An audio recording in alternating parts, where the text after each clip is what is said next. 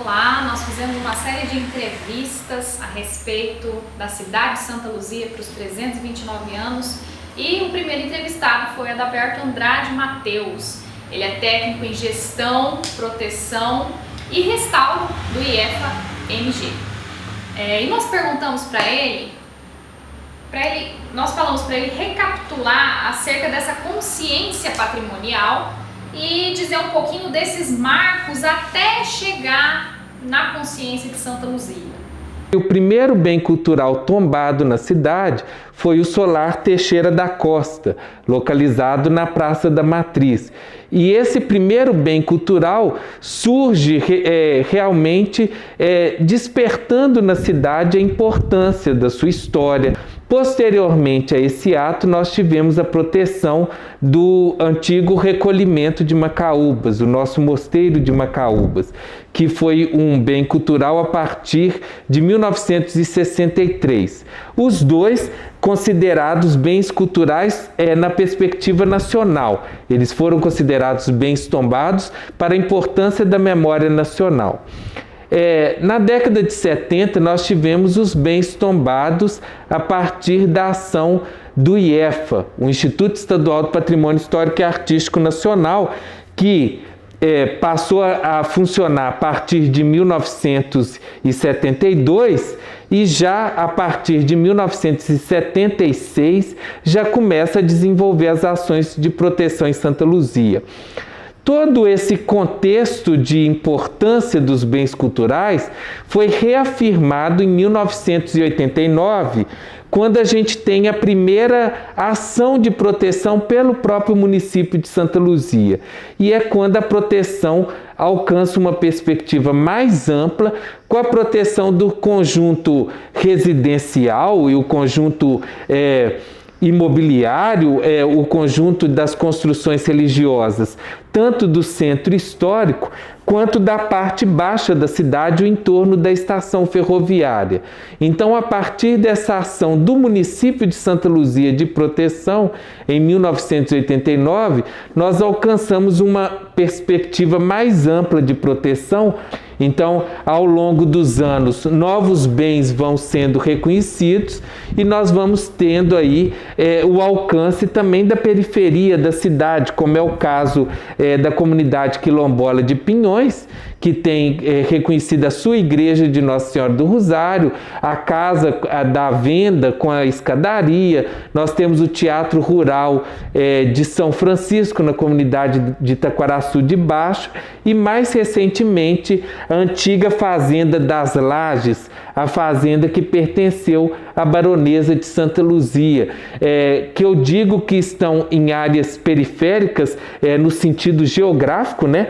Elas estão nas pontas da cidade e representam quando esse olhar começa a alcançar uma perspectiva mais justa com todas as áreas de ocupação da cidade, referenciando, demonstrando a elas que elas também são importantes para o entendimento da história da cidade.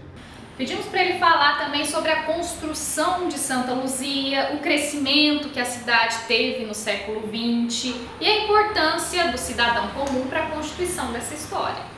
A cidade foi criada no rastro dos tropeiros que percorreram essas estradas e muito ligada também à presença do Rio das Velhas, né? Então, toda essa história, ela é anônima. Ela é feita por pessoas anônimas, mas que se não fossem elas, nós não teríamos aqui a constituição de um núcleo populacional que se torna uma referência no povoamento de Minas Gerais em fins do século XVII e início do século XVIII. Então, desde o distrito do núcleo de povoamento de José Correia, passando pela ocupação do atual centro histórico, no recolhimento de Macaúbas, que são as nossas áreas de referência mais antigas, nós temos o entendimento de uma presença e de uma participação efetiva de pessoas comuns. Ao longo dessa trajetória de ocupação desse território desse território, nós vamos ter episódios significantes e personagens que vão se destacar pela força econômica, pela presença social, pela importância religiosa. Mas toda essa história, todo esse destaque a esses personagens, a esses vultos, ela só pode ser reconhecida num panorama mais amplo, onde o cidadão comum atua, onde ele ajuda a construir cada capítulo dessa história local. Não teríamos a história do frigorífico Minas Gerais se não fosse tanta a ação política na época do governador Juscelino Kubitschek, mas que não passasse pela história dos trabalhadores desse frigorífico e que ajudam a construir o maior frigorífico da América Latina. Nós não teríamos a história dos barões de Santa Luzia se aqui não tivéssemos a história dos escravizados que ajudaram a constituir esse patrimônio relevante, a história de todos aqueles personagens coadjuvantes que nesse espaço de atuação dos barões vai também constituir a história local. E não menos, né, no caso do recolhimento de Macaúbas, se não tivéssemos Félix da Costa, todas as recolhidas que ocuparam aquela casa e todos aqueles que ajudaram a constituir o que hoje a gente conhece como Mosteiro de Macaúbas. Então a história comum, apesar de muitas vezes passar despercebida, negligenciada ou não compreendida, essa história comum é que nos ajuda a ter o contexto do que foi a história de Santa Luzia. Então, a cada um desses 200 mil habitantes, cabe conhecer essa história, né? Se apropriar dela e ajudar a valorizar esse patrimônio no sentido de que esse patrimônio conta também sobre a história de cada um deles, né? Perguntamos também o que foi o 18 de março. A comemoração do aniversário de Santa Luzia foi construída sob perspectivas diferentes de demarcar uma data que trabalhasse esse sentimento de pertencimento, que trabalhasse esse valor, esse sentido do ser luziense.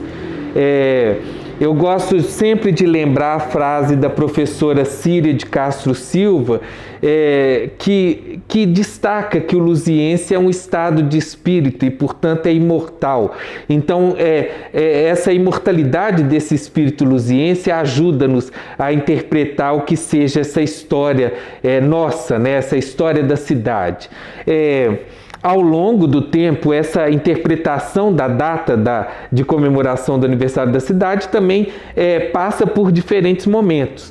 Até certa época se considerava o dia da cidade o próprio 13 de dezembro, que é o dia da padroeira Santa Luzia. Então ficou sempre como a data do feriado, a data da cidade de Santa Luzia, relacionada a essa comemoração da Igreja Católica, essa lembrança da mártir Santa Luzia.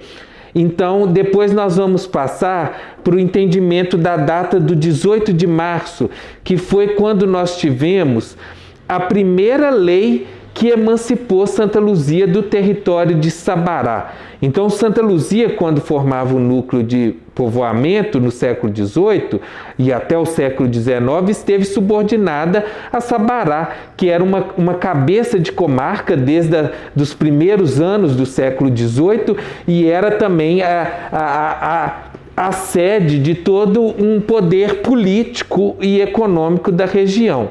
Então, Santa Luzia vai pedir a primeira emancipação no ano de 1761, quando os comerciantes daqui, que já formavam uma elite expressiva, pedem o desligamento de Sabará. A gente não tinha ainda a perspectiva de municípios, né? Então era a vila de Sabará e aqui o arraial de Santa Luzia. Então, esse pedido em 1761 é negado, ele não é devidamente analisado. Em 1818, nós vamos ter um novo preparativo para solicitar essa emancipação, mas devido à situação política de Portugal, ele também não vai ser analisado.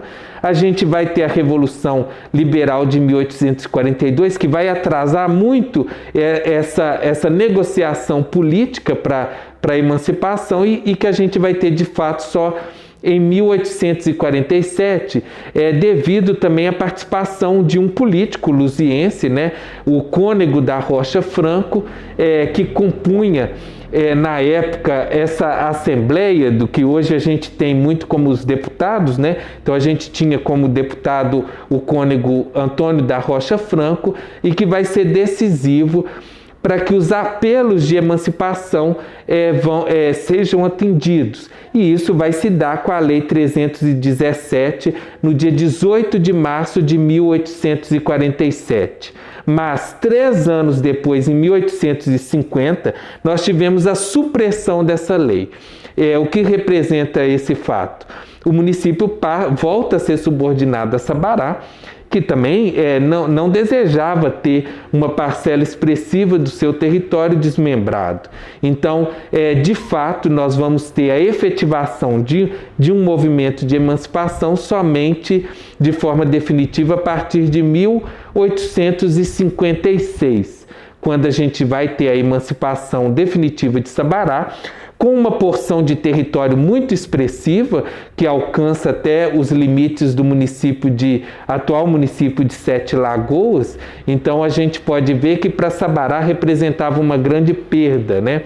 E todos esses municípios de Santa Luzia a caminho do norte, a caminho do sertão, até os limites do município de Conceição do Mato Dentro, eram constituintes do território da Vila de Santa Luzia e que 2 anos depois vai ser declarada cidade de Santa Luzia. E finalizamos perguntando como o patrimônio histórico de Santa Luzia engloba desde outros municípios, perpassa o centro histórico, o distrito e chega ao Parque Industrial. Esse patrimônio até os dias de hoje reconhecido, ele passa por diferentes trajetórias, inclusive econômicas do próprio município. Então nós temos desde o centro histórico, que reúne casarões e residências do período colonial, né, do surgimento dessa vila, né, desse arraial de Santa Luzia. Depois a gente tem a parte baixa no entorno da estação ferroviária, com o patrimônio eclético relacionado justamente aos anos de surgimento da estrada de ferro em Santa Luzia, até alcançando uma perspectiva mais nova na cidade, que é o entendimento do seu patrimônio industrial, as antigas fábricas, aquilo que fez parte da história da industrialização, não só no município, mas numa perspectiva nacional, né, de desenvolvimento econômico. Então, reconhecer esse patrimônio, defendê-lo, desenvolver ações de promoção e valorização é muito importante. Cabe ao cidadão comum ser também um ator, um agente importante ao ajudar na fiscalização, ajudar na promoção, ajudar nas ações que são desenvolvidas para que esse patrimônio continue no dia a dia a contar a nossa história, a história de cada um, a história de cada comunidade. Mas a história também está em cada comunidade, está em cada rua, está em cada bairro, né? Cada ponto de Santa Luzia também ajuda-nos a refletir sobre essa história cotidiana que se desenvolve ao longo de mais de 300 anos.